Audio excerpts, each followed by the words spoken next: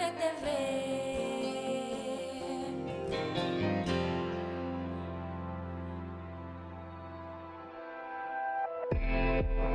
Hablemos. Voces especializadas en ciencias sociales y humanidades. Historia, antropología, literatura, estudios políticos e internacionales, agua y sociedad. Divulguemos la ciencia. Hablemos.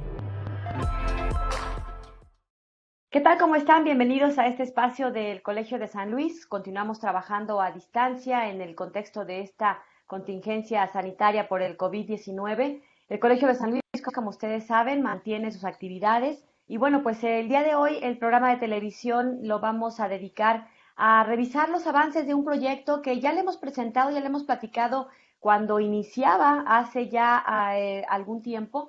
Y la verdad es que hoy nos da mucho gusto tener a los invitados que hoy tenemos porque nos van a platicar de estos avances, de estos hallazgos y del trabajo en equipo que han logrado y que realmente resulta interesante. Nos acompañan el día de hoy el doctor Sergio Cañedo, el doctor Mauricio Guzmán, ambos son investigadores aquí del Colegio de San Luis, y también va a estar con nosotros el doctor Juan Ortiz, quien también es parte de este proyecto interinstitucional, además es multidisciplinario y que bueno, ya le iremos retomando algunos aspectos importantes, interesantes. A quien primero voy a saludar es al doctor Sergio Cañedo, quien es el coordinador general de este proyecto, para que nos vaya platicando un poco y recordando cuál es el objetivo, quiénes participan y que nos describa brevemente cuál es este proyecto y bueno, cómo se denomina, que creo que desde el nombre nos podemos dar una idea de la importancia de lo que se está trabajando. Sergio, muchas gracias por acompañarnos. Bienvenido. Hola Lidia, muchas gracias por la invitación a tu programa. Un saludo a todo el auditorio y un saludo a la distancia a los doctores Ortiz y a los doctores Guzmán, que por aquí los veo, ¿no?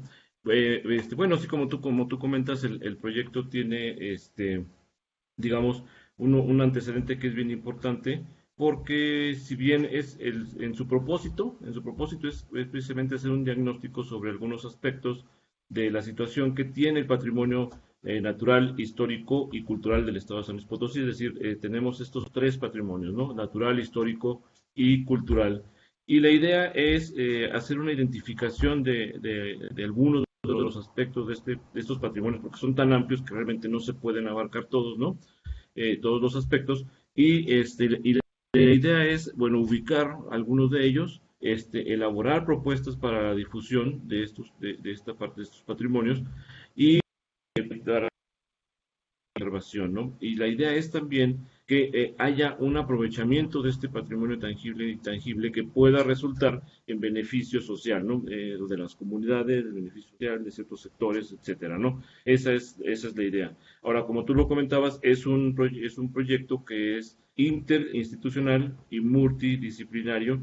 Participan en este proyecto y estamos organizados de esta manera, ¿no? Tenemos estos tres patrimonios, tenemos tres equipos, uno de los equipos está colaborando aquí. Esa es la parte cultural donde se abordan ciertos aspectos de este patrimonio, ¿no? Otro equipo está integrado por los doctores Patricia Moreno y el doctor Sergio Guevara. Ellos trabajan los aspectos precisamente específicos de la naturaleza, del patrimonio natural de San Luis Potosí, y el patrimonio histórico lo estamos trabajando en coordinación el doctor Ortiz y yo, y digamos son estos tres equipos. Entonces tenemos esos tres equipos y en estos equipos tenemos un número importante de colegas de diferentes instituciones, del IPC, de la Universidad Autónoma del Archivo Histórico, como de universidades del país, la Universidad Veracruzana, del Instituto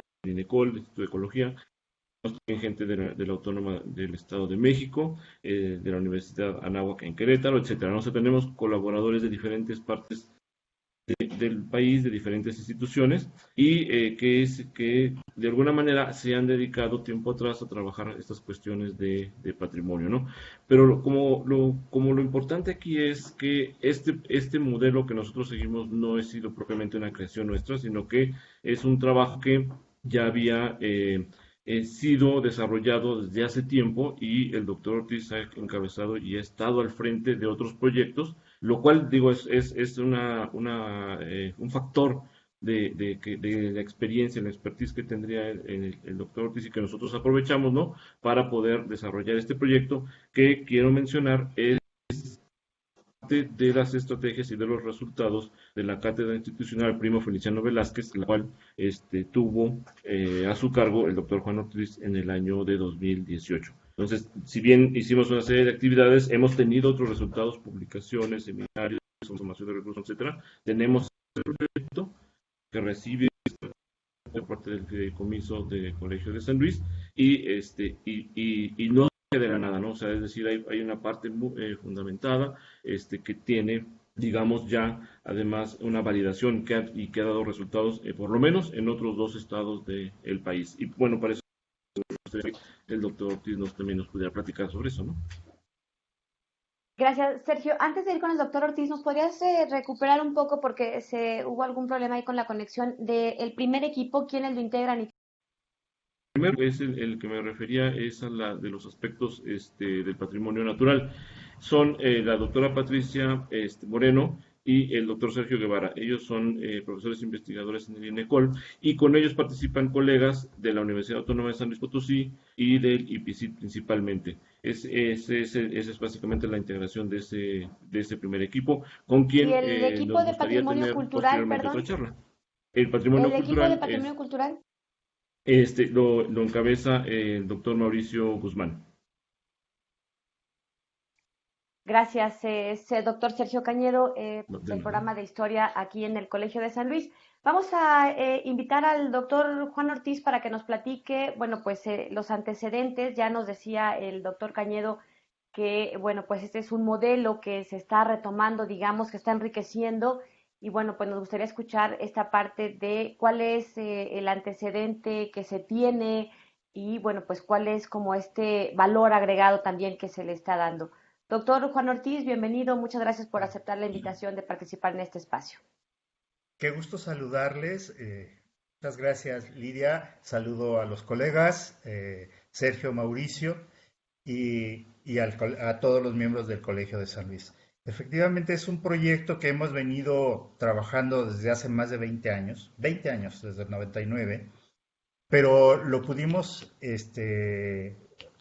sistematizar a partir de la experiencia del Colegio de Michoacán en la cuenca del Tepalcatepec.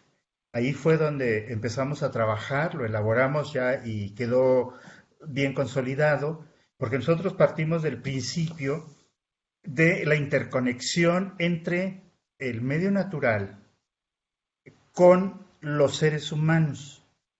Y en esta interconexión hay una historia y de ahí, a partir de estos elementos, surge toda la parte cultural. Es decir, los 3 patrimonios, hablamos de los 3 patrimonios, no se pueden separar porque hay una interconexión directa. En el Tepalcatepec tuvimos experiencias realmente muy exitosas, fue un trabajo de 4 años allá. Lo importante fue trabajar una región pensándola de manera colectiva, de manera integrada. Generalmente las investigaciones que se realizan están fragmentadas. Cada uno de los investigadores investiga su parte, pero no hay un diálogo entre colegas. Lo importante de estos proyectos es el diálogo que se establece, pero pensando en soluciones o en propuestas de solución a problemas locales, regionales y demás. Con esta experiencia pudimos trabajar en Michoacán. Se lograron muchas cosas, entre ellas, por ejemplo, la identificación de los saberes tradicionales y la certificación para su preservación y aprovechamiento de las comunidades, como fue el queso cotija, que es uno de los éxitos más importantes. A partir de ahí, el gobierno de Michoacán lo que hizo fue ir identificando, pero ya con ese modelo, para registrar ante el INPI todos estos saberes ancestrales, tradicionales de las comunidades y demás. Y ahora Michoacán tiene el primer lugar en certificación de saberes, de preservación, son casi 50 ya marcas colectivas y de denominaciones de origen y demás. Entonces, lo que le quiero decir es que el trabajo que estamos haciendo en San Luis Potosí es muy importante, porque a partir de este diagnóstico que estábamos haciendo sobre la situación de los recursos natural, histórico y cultural en San Luis Potosí, podremos ofrecer a las comunidades alternativas para aprovechar esos saberes que ya tienen, ¿no? Y de eso seguramente el doctor Mauricio nos va a hablar más. Muchas gracias, doctor Juan Ortiz. Vamos a hacer una breve pausa y vamos a regresar para platicar con el doctor Mauricio Guzmán, que es quien encabeza, ya nos decían, este equipo de patrimonio cultural y que tiene avances importantes, tiene hallazgos interesantes, porque bueno, este proyecto ya lleva poco más de un año con este equipo multidisciplinario, así que bueno, pues estaremos conversando con él al regreso de esta pausa. Les recuerdo que nuestras vías de comunicación a través de las redes sociales, particularmente a través del Facebook, ahí en los mensajes inbox pueden retroalimentar opiniones, sugerencias, dudas sobre este y otros programas de Hablemos. Continuamos pues después de este breve corte, regresamos. El patrimonio tangible e intangible del Estado de San Luis Potosí. Una propuesta para conocer y promover el cuidado del legado natural, histórico y cultural. El objetivo de este proyecto es contribuir al diagnóstico del patrimonio natural, histórico y cultural de San Luis Potosí. Junto con ello, se busca elaborar propuestas que propicien su difusión, recuperación, preservación y aprovechamiento en beneficio de las comunidades. Para lograrlo, se cuenta con un equipo de más de 20 investigadoras e investigadores procedentes de diversas instituciones y disciplinas. La labor de estos especialistas tiene entre sus propósitos contribuir a la sistematización de ciertos saberes sobre patrimonios natural, cultural e histórico. Que antes llovía mucho, pero no había nada de tanto carro. Directamente porque no, porque ya no es negocio. Se hace con las manos. Esas minas que tienen plata y oro, que como gran tesoro se llevó cada... Este trabajo de recopilación y de análisis de los patrimonios busca contribuir en 3 aspectos. Un acercamiento de las potosinas y los potosinos a su patrimonio, el fortalecimiento de valores identitarios y aportar al proceso certificatorio de saberes tradicionales y de reconocimiento de espacios naturales, lo que podría impulsar futuros proyectos para y con la comunidad. Si quieres conocer más, ingresa a www.corsan.edu.mx/p/fie/legado.php o espera nuestro próximo informe de avances. Mantente conectado.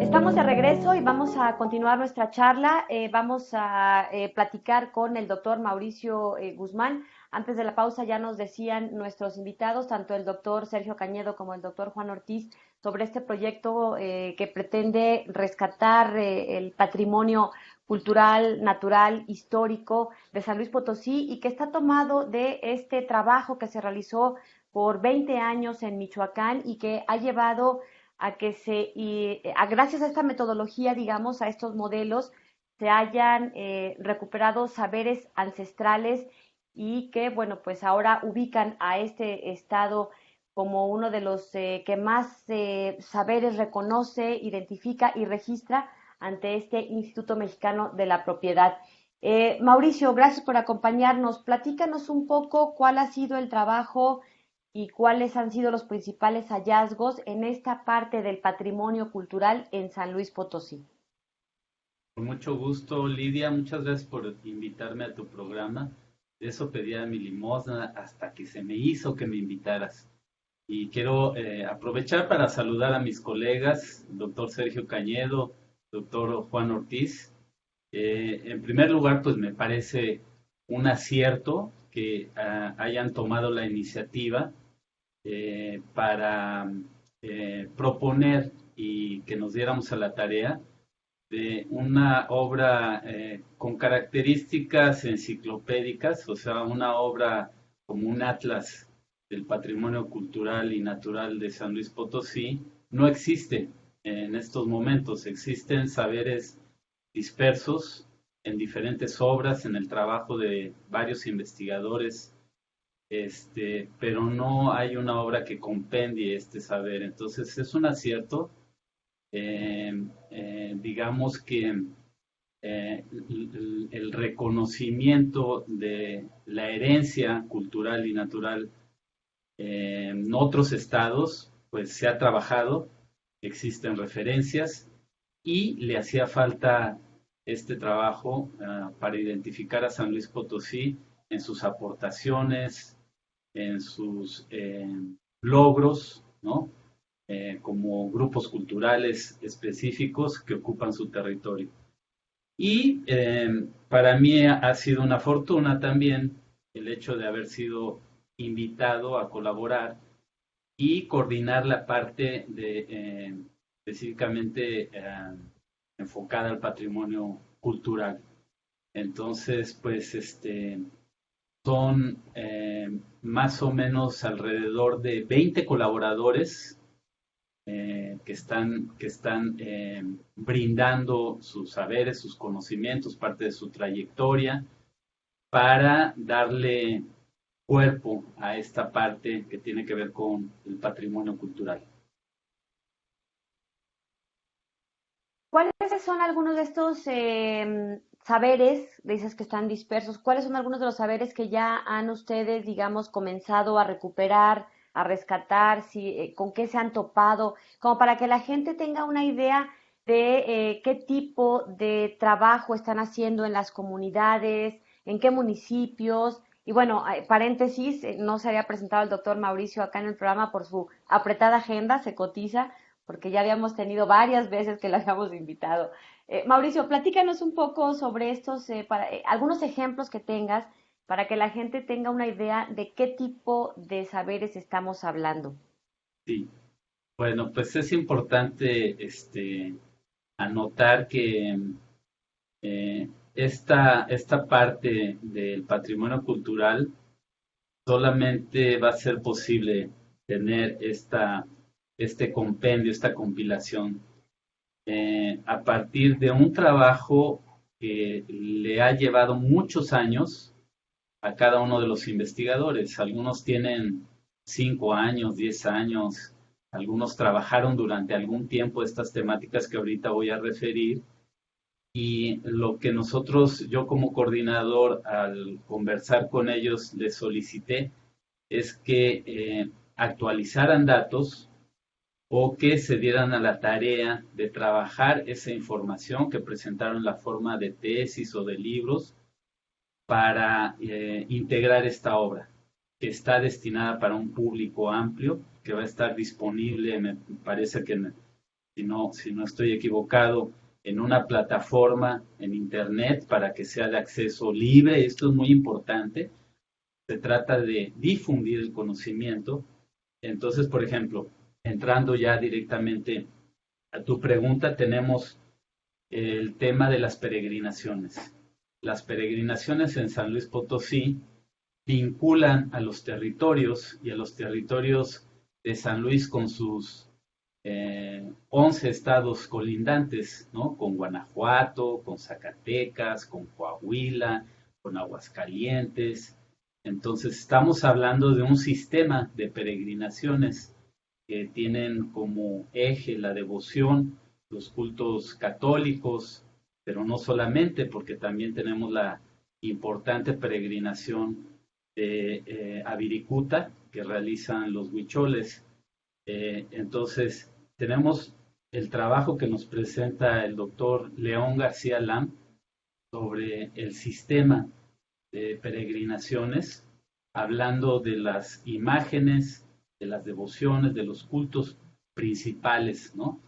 Entonces creo que no se había intentado antes. Tenemos investigaciones en el Colegio de San Luis y tenemos investigaciones también en la Universidad Autónoma que hablan de devociones específicas, peregrinaciones específicas, pero en esta colaboración que nos brinda el doctor García Lam tenemos el conjunto, digamos, y también una explicación que nos ayuda a entender los diferentes modelos de peregrinaciones, pues que hacen un sistema bastante complejo. También tenemos una colaboración de la doctora Mercedes Zavala, que se apoyó también en otro investigador, Rivelino García, y Lilia Álvarez Bravo. Ellos nos proporcionan, nos brindan un estudio muy interesante sobre la tradición oral en el estado de San Luis Potosí, y lo más interesante es que ellos distinguen los diferentes estilos de la tradición oral según la zona huasteca, la zona altiplano, y dentro de estas zonas las diferencias regionales que existen en la zona media. Entonces se refieren, digamos, a los temas más recurrentes que todavía forman parte, digamos, de las noches alrededor de la hoguera o dentro de las casas, de las habitaciones de las personas, en donde se recuerdan, digamos, estas leyendas sobre los tesoros escondidos o sobre la aparición de ánimas, etcétera. Cosas que forman parte del imaginario en las zonas rurales y que seguramente todavía serán el deleite de mucha gente que se recuerda de cuando era niño este tipo de narraciones, ¿no? Entonces, bueno, quisimos también pensar que el patrimonio cultural no solamente forma parte, digamos, de los haceres en la ocupación histórica de un territorio, sino que el patrimonio cultural también es una recreación constante y presente.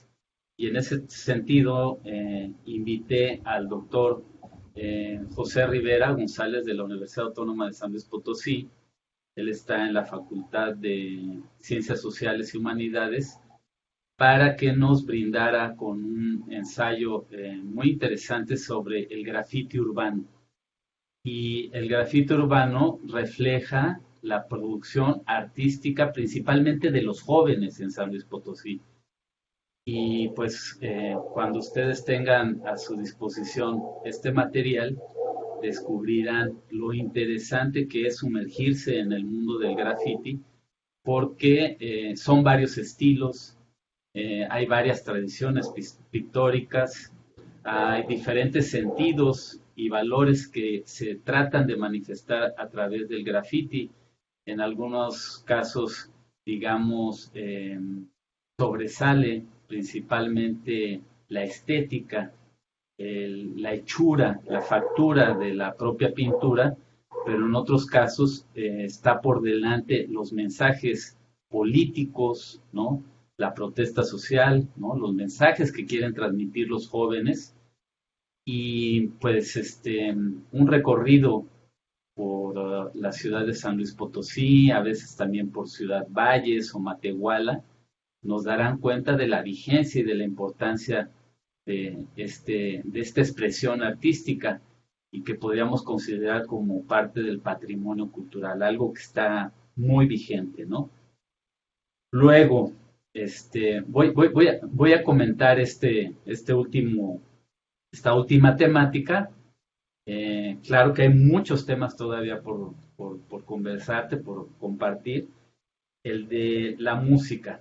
En este caso, invitamos a un investigador del Instituto Nacional de Antropología e Historia, que se llama César Hernández Azuara. Personalmente no tengo el gusto de conocerlo, pero mis amigos huastecos me dijeron, sin duda, Mauricio es uno de los mejores etnomusicólogos y es quien te va a poder dar un mejor panorama sobre la música y la danza ceremonial que practican los Tenec, huastecos, los nahuas y incluso los Tiwi, pames. Entonces, él habla de los diferentes estilos, él habla de las fechas especiales en las que se practican estas danzas y que se tocan estos sones, y sin duda pues es un reflejo importante del patrimonio musical en nuestro estado. Sin duda creo que está abarcando temas importantes del patrimonio vivo, porque todo esto está vigente y abarcan incluso grupos de población, grupos de edad, estos grafitis con los jóvenes, pero las leyendas y las historias de tradición oral de los adultos mayores, en fin, creo que es interesante ir viendo cómo se va reconstruyendo y rescatando, porque sin duda la sociedad pues es obviamente dinámica y está transformándose día a día y con mayor razón en medio de las circunstancias que hoy enfrentamos, que ya les preguntaré cómo está impactando el COVID en todo este tipo de cosas y de investigaciones.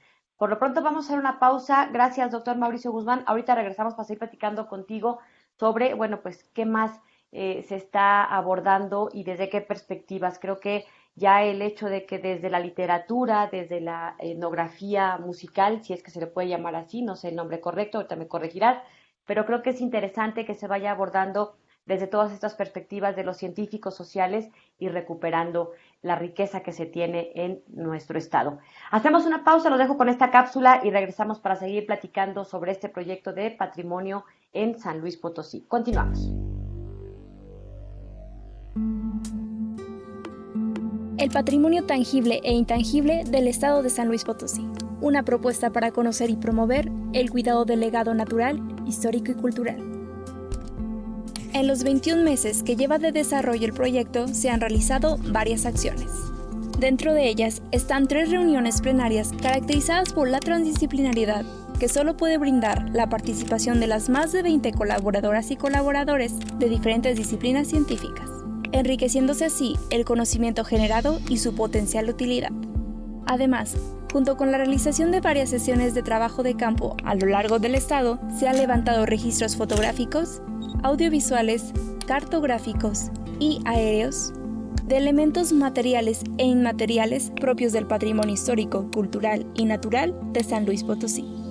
¿Qué pasará con todo el conocimiento generado? Se dará a conocer mediante varios medios, como libros de consulta y una plataforma digital de acceso libre, con información enciclopédica, útil tanto para usuarios especializados como para el público en general. Los resultados están cobrando forma. Si quieres conocer más a fondo el proyecto, ingresa a www.colsan.edu.mx/p/fide/legado.php o espera nuestro segundo informe. Mantente conectado.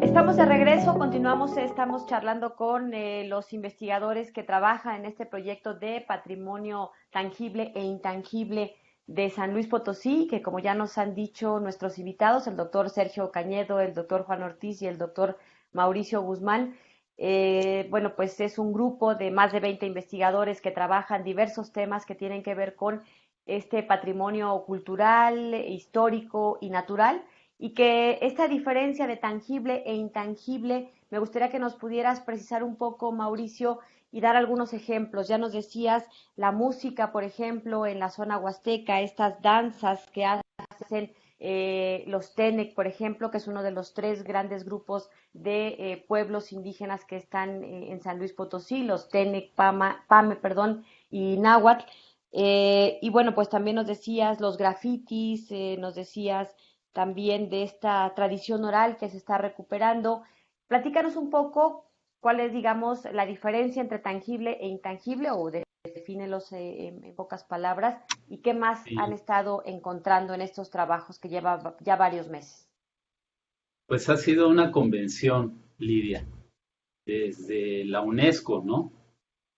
De la Organización de las Naciones Unidas para la Educación, en que el patrimonio cultural se considera tangible e intangible, ¿no? Refiriéndose, digamos, a la materialidad de las expresiones y a aquellas expresiones que, digamos, refieren a a símbolos o a una dimensión mucho más ideográfica, ¿no? O referida a las ideas, a los mitos, ¿no? La cuentística, pero si nos damos cuenta, lo tangible e intangible en realidad está vinculado, ¿no? La definición es un poco arbitraria en el sentido, mira, te voy a hablar del patrimonio alimentario. El patrimonio alimentario, que pienso yo no se le ha hecho la suficiente, no se le ha dado el suficiente reconocimiento a la gastronomía potosina,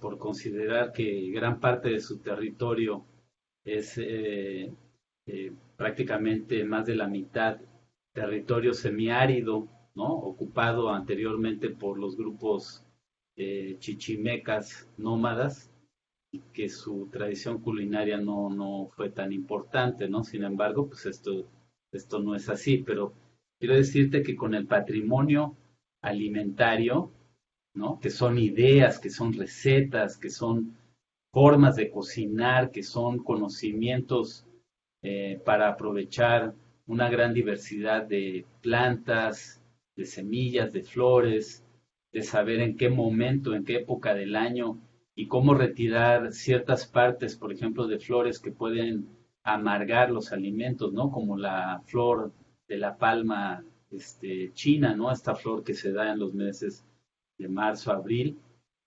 y que era una base importante de la alimentación, o la flor de cabuche, ¿no? Que viene de un tipo de biznaga.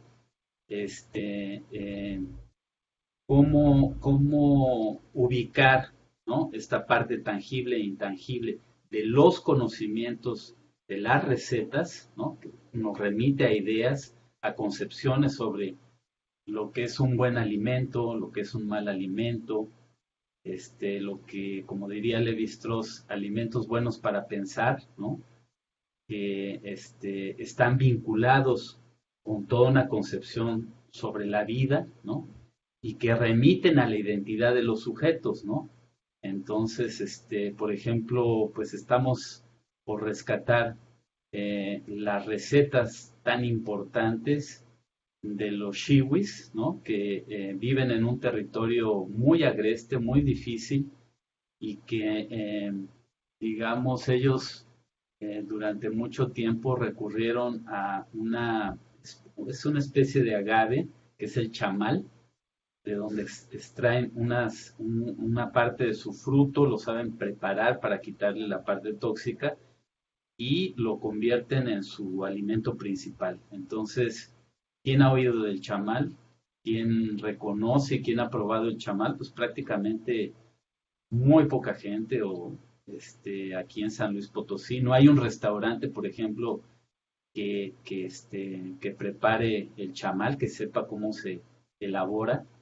Y esto es muy importante, ¿no? Esto va a ser muy importante porque en las condiciones de los proyectos de desarrollo y de ayuda a los pueblos, al pueblo chiwi, pues les llevan harina de maseca, de mince, etcétera, y con eso están ellos perdiendo esos saberes, esos conocimientos relacionados con alimentos que son ancestrales, que son tradicionales.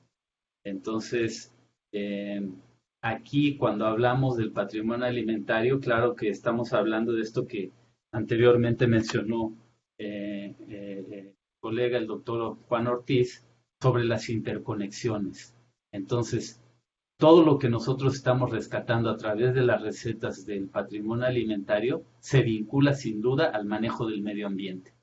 Y este es el terreno, este es el espacio en donde el doctor Sergio Guevara y Patricia Moreno Casasola, la doctora, ellos están, digamos, aportando toda esta coordinación, ¿no? Porque hay una parte, hay un puente que comunica estos haceres en relación a lo que se elabora en las cocinas con el manejo del medio ambiente. Entonces, como perder de vista la importancia de todas las plantas, los quelites, las verdolagas que se recogen tanto en el monte como en las zonas en donde se maneja y trabaja la milpa, ¿no? Entonces, digo, va a ser muy interesante cómo logramos esas interconexiones ya en los textos definitivos que se presenten, ¿por qué? Porque sin duda el conocimiento ecológico está vinculado a cuestiones mucho más prácticas como la alimentación, ¿no? Perdón, lo que de pronto parecería para algunos una especie de moda por este asunto medioambiental y ecológico, nuestros pobladores tienen ancestralmente estas prácticas. ¿Por qué? Porque saben reconocer lo que la naturaleza ofrece por ciertas temporalidades, bajo ciertas condiciones. Ellos lo han vinculado históricamente a su vida cotidiana, ¿no? ¿Qué comida se sirve en el día a día? Pero también qué comida se sirve en las ceremonias, en las fiestas importantes o en los días de guardar, y todo esto va retratando, como bien decías tú, esta interconexión que existe entre lo natural, lo cultural y lo histórico. No es lo mismo lo que se come a lo mejor en un gran banquete, lo que se prepara, cómo se prepara, que hasta se convierte en ciertos rituales, ¿no? Digo, yo podría hablar de la parte, luego me entrevistas, ¿no? Para tu, la parte del altiplano, por ejemplo. Ahora sí me apantallaste, lo dijiste mejor que yo. Y ahí yo quisiera preguntarles, no sé, al doctor Sergio Cañedo, que nos platicara un poco, porque entiendo que está vinculado en la parte histórica, o al doctor Juan Ortiz, que ustedes me digan, este asunto, por ejemplo, histórico, ¿qué es lo que han encontrado, o los hallazgos principales, o el avance que tengan en este sentido, vinculado pues a cualquiera de estos tres aspectos de patrimonio que se está trabajando en el proyecto? Comento nada más de que igual como Mauricio lo ha explicado, nosotros hemos tenido también avances. Tenemos trabajando varios aspectos. Uno de los aspectos, por ejemplo, que estamos analizando es la parte histórica sobre la producción del mezcal y un tanto una reflexión presente, ¿no? Y por qué el mezcal podría tener una consideración como patrimonio. Ya hay ciertos esfuerzos y lo que a nosotros nos interesa es sumarnos a esos esfuerzos, ¿no? Y el doctor Ortiz ha dado seguimiento a una parte muy específica sobre esta producción ancestral de mezcal que se hace en la zona de Palmar Segundo, en Mezquitic de Carmona, y él nos puede dar más detalle también sobre eso, ¿no? Claro que sí, precisamente sobre este trabajo artesanal, porque entiendo que lleva ya incluso más de un siglo o 2 siglos, algo así, que el dato nos lo va a corregir ahorita. Antes vamos a hacer una breve pausa y regresamos para platicar justo de este tema del mezcal, porque se ubicó en esta localidad precisamente muy cercana aquí a la capital, en el municipio de Mezquitic, en donde de manera artesanal, con los métodos y equipamiento, digamos, desde hace más de un siglo, se sigue trabajando esta manera de procesar esta bebida. Así que bueno, pues de eso platicaremos regresando de la pausa. Los invitamos para que sigan en contacto con nosotros. Los dejo con esta cápsula de información acerca de la actividad en el Colegio de San Luis y regresamos para seguir charlando en este espacio, hablando con nuestros 3 invitados sobre el proyecto de patrimonio tangible e intangible en San Luis Potosí. Continuamos.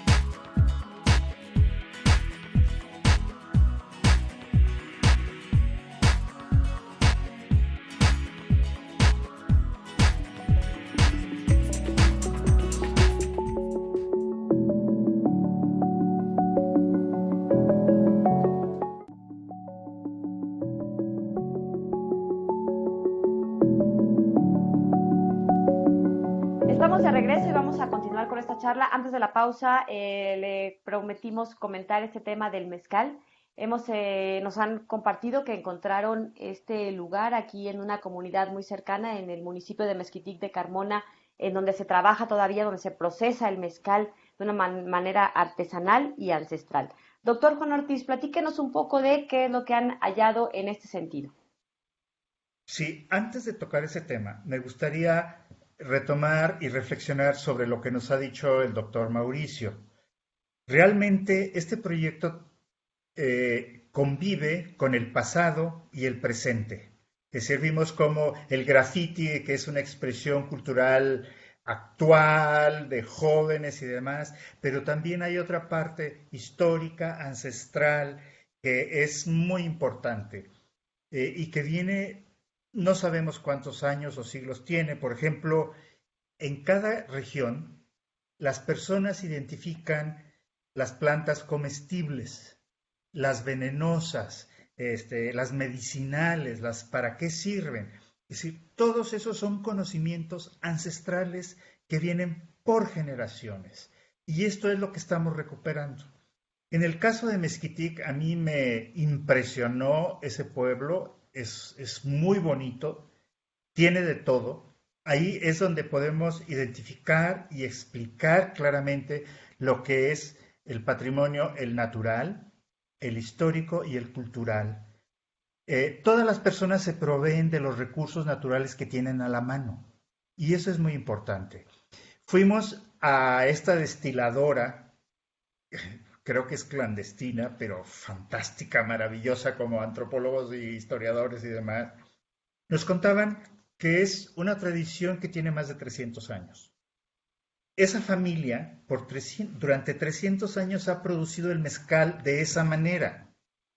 Una piedra con un burro que le da vueltas, las pencas de maguey y demás. Que eso es muy interesante, es sistematizarlo. ¿Qué nos llamó la atención? La materia prima se obtiene de los cerros. Es un agave que necesita 14 años para madurar. De lo contrario no lo puedes cortar porque no funciona. Entonces ahí tenemos la experiencia de estos saberes ancestrales que los siguen reproduciendo y aplicando en la actualidad. Ese mezcal en el 2017 sacó el primer lugar en calidad. Primer lugar en un concurso que hubo ahí, nos contaban, estaban muy orgullosos y demás. Entonces, lo que vemos aquí es cómo las personas se proveen de estos recursos naturales y los aprovechan. Estos saberes ya los quisieran cualquier tequilera y demás, ¿verdad? Porque es realmente un saber local, pero no está certificado. Es decir, cualquiera puede, se roba la fórmula y demás, lo registra y se queda con la patente. Entonces, nosotros lo que estamos proponiendo en este proyecto es precisamente ir identificando estos saberes tradicionales, ancestrales, que tienen un beneficio para las comunidades y apoyarlos para la certificación y preservación en su beneficio. De veras, es un caso bien bonito porque vimos los magueyes, los agaves en el cerro, de ahí de donde los traen, ya están cultivándolos también porque esto se va a acabar si no los cuidan, bueno, si los cuidan y demás, ¿no? Pero esta experiencia me gustó mucho. Por otro lado tienes la parte histórica. Este convento, la iglesia, el convento, el pueblo, es realmente bellísimo. Entonces ahí la idea es concientizar a la gente y para que aprovechen todo lo que tienen ahí, pero que sea en su beneficio. El Colegio de San Luis, ni nosotros en general, no tenemos ningún beneficio, no nos interesa, no somos comerciantes, no somos empresarios, somos académicos que registramos hechos y los ponemos al servicio de la comunidad. Gracias, doctor Juan Ortiz. Importantísima esta anotación. Mauricio, ¿tú tendrías también alguna información sobre el pulque, ya que estamos hablando de estas bebidas tradicionales con conocimientos ancestrales que a lo mejor para ciertos barrios, ciertos rumbos pareciera pues cotidiano, pero creo que también hay mucho que rescatar, ¿no? Habla también, refleja, retrata una época, una manera de vivir. ¿Qué nos puedes decir al respecto? Aparte de que me gusta y que me he dado a la tarea de visitar cuanta pulquería sobrevive, porque no olvidemos que el pulque fue la bebida más importante todavía hasta los años 30 o 40, ¿no? Era la bebida del centro del país y todavía, pues, recordemos que los asentamientos más importantes, inclusive este que acabas de mencionar, Juan, Mezquitic, fue fundado con tlaxcaltecas, con colonos tlaxcaltecas, y también participaron otomís, que son pueblos pulqueros, o tradición. Entonces, hablando del pulque y del mezcal, pues reconocemos toda una franja agavera, ¿no? Era lo que se podría llamar, o es lo que se podría llamar como paisajes agaveros. Son paisajes que están en proceso de desaparición. ¿Por qué? Porque el agave, si bien es silvestre, pero también había un trabajo muy importante de resiembra, ¿no? Lo que le llaman el desaige.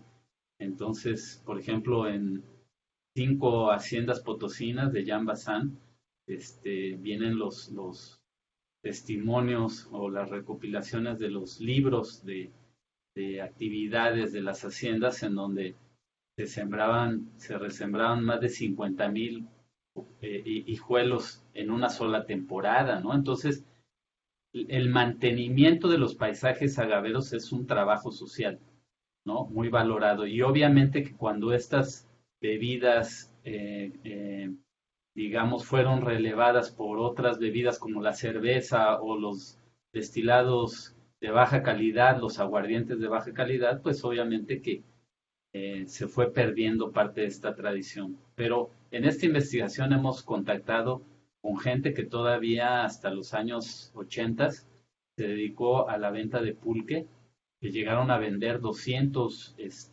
litros de pulque en las afueras, digamos, de San Luis Potosí, rumbo a Zacatecas. Todavía en esta investigación pudimos, ahora con el apoyo, bueno, pues creo que también hay que hacerle honor al equipo tan importante con el que contamos en la cartografía y en la parte fotográfica. Ahorita, Sergio, ¿me recuerdas el nombre de Gerardo y de Gerardo Sánchez Vigil y Marco Antonio Hernández? Exactamente. Porque ellos han podido registrar gráficamente la sobrevivencia de algunas pulquerías todavía, ¿no? Como eran a principios del siglo, por ejemplo, en la Comunidad de Maravillas. Y la colaboración que tenemos en la parte de patrimonio cultural, pues se la debemos a Gerardo Vela y a Jorge, muy conocido en el Saucito. Sí, bueno, porque ellos forman parte de Alejandro Rivera, porque ellos forman parte de un colectivo que se llama El Cariño de un Tlacuache, y tienen años, digamos, haciendo investigación sobre el pulque, y nos están, digamos, aportando con este estudio tan importante. Bueno, como yo sé que ya el tiempo se agota, Lidia, yo solamente te quiero así decir algunas cosas que son sumamente interesantes, que podemos hablar para un próximo programa. Sistemas normativos de los grupos indígenas en la Huasteca Potosina, trabajo que ha realizado el doctor Agustín Ávila. El trabajo de los cantereros en la zona de Escalerillas. El trabajo de los bordados y de los voladores de Tamaletón, trabajo que ha investigado la doctora Claudia Rocha. Y así te puedo decir de diferentes temas que van a formar parte de esta sección de patrimonio cultural. Todo, digamos, son temas que cada uno de sus autores podría extenderse largamente y bueno, pues aquí solamente los menciono. Muchísimas gracias, doctor Mauricio Guzmán. Yo finalmente preguntaría, doctor Sergio Cañedo, ¿cuál dirías que es el impacto que pudiera tener, no solo en este proyecto, sino en la dinámica de las comunidades, en la dinámica social de esta pandemia que hoy nos aqueja, el COVID-19? Bueno, Lidia, bueno, antes de nada más de comentar sobre este punto, nada más quisiera profundizar un solo detalle de lo que ya ha comentado el doctor Ortiz sobre el mezcal y el doctor Mauricio sobre el pulque, y es que también en la parte histórica tenemos un ensayo realizado por Patricia Luna que aborda la parte también industrial y actual del mezcal, es decir, como esta parte de la producción, digamos, masiva, pero todavía siguiendo modelos tradicionales en algunos aspectos en esta producción de la bebida, ¿no? Y ahora, respecto a lo que me comentas sobre la afectación, bueno, primero, la afectación, nosotros hemos sido afectados porque de alguna manera no podemos continuar de la misma manera haciendo las prácticas de campo. Pudimos, por suerte, realizar 3 reuniones plenarias en las cuales a la par de la reunión durante esos días teníamos un trabajo en conjunto en donde visitábamos los más que podíamos, un equipo, a veces éramos 15, 18 colegas de diferentes disciplinas de diferentes instituciones y recorríamos zonas en el altiplano, en la zona media y en la Huasteca, ¿no? Pudimos realizar esas acciones, por el momento ya propiamente nosotros ya no las podemos realizar. Se han generado ya también algunos protocolos que conocen muy bien ya el doctor Ortiz y el doctor Guzmán mejor que yo, dado que ellos están más habituados al trabajo de campo, yo soy más historiador, y lo que te puedo decir es que si bien así nosotros tenemos esa afectación en este momento para poder acceder ya no de la manera como se hacía, sino siguiendo ciertos protocolos de seguridad. Entonces, en la relación hacia las comunidades creo que también habrá cierto efecto, ¿no? De lo que han estado comentando, necesitaríamos todavía documentar algunas cosas. Para ello, poder tener acceso a las comunidades, creo que habría que ser un manejo de un contacto más directo, un acuerdo y en marco de medidas de seguridad, ¿no? Sobre todo porque en algunas zonas pudiera haber preocupación porque se llevaran contagios, etcétera, ¿no? Entonces, creo que habría ciertas formas donde nosotros tendríamos que poner de nuestra parte, ¿no? Y las propias comunidades pondrían sus propias reglas también, ¿no? Sí, Mauricio, algo quería comentar también, doctor. En menos de un minutito, Mauricio Guzmán y el doctor Juan Ortiz, ya para despedirnos, lo que gusten concluir. Sí, rápidamente. Yo solamente quiero, digamos, que consideremos que las comunidades son resilientes, ¿no? Que los mayores problemas de contagio se encuentran en las grandes concentraciones. Que las comunidades en muchos casos en San Luis Potosí han creado sus propios protocolos para cuidar quién entra, quién sale, cómo regular, digamos, esos accesos. No sabemos cuánto tiempo se puede prolongar esta pandemia y si nosotros vamos a poder, digamos, concluir la parte de investigación teniendo acceso como lo teníamos proyectado a estas comunidades. Sin embargo, confiamos que las propias comunidades van a poder permitirnos y regular la entrada y el intercambio de las cosas que hacen falta para concluir, digamos, de manera satisfactoria. Muchas gracias, Mauricio. Gracias al doctor Sergio Cañedo. Doctor Juan Ortiz, una última conclusión. Lo escuchamos. Sí, pues simplemente darle las gracias por esta entrevista. Sí quiero destacar el trabajo extraordinario que viene haciendo el fotógrafo Gerardo Sánchez Vigil y el cartógrafo Marco Antonio Hernández. Ellos han venido trabajando en distintos proyectos desde hace tiempo y ya saben exactamente lo que tienen que hacer. Realmente, ojalá en otro programa los pudiera entrevistar a ellos dos, porque es el apoyo fundamental que ha tenido este proyecto y sin ellos pues no podríamos visibilizar y presentar lo que estamos haciendo de una manera tan bonita, visual y demás. Y muchísimas gracias a usted por el apoyo que nos da a este proyecto. Pues gracias a ustedes por habernos acompañado y compartir con nuestro auditorio todas estas investigaciones que parecieran alejadas, pero que en realidad son de lo más próximo, de lo más útil para ir conociendo las cosas con las que convivimos todos los días en las comunidades, en nuestra vida cotidiana y que se rescate, ¿no? Porque al final de cuentas es eso, patrimonio tangible e intangible.